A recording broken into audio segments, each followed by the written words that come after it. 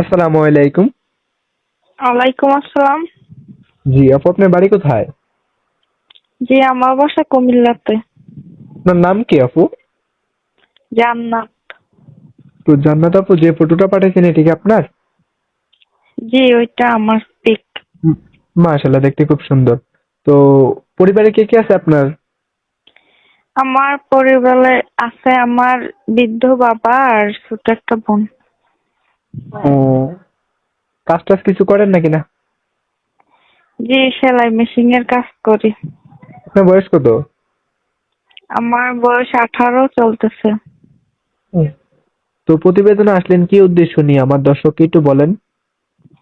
প্রতিবেদন আসছি ভালো একজন মনের মানুষের জন্য, যাকে বিয়ে করব, সারা জীবন পাশে রাখবো, এরকম একজন মানুষের জন্য আসছি।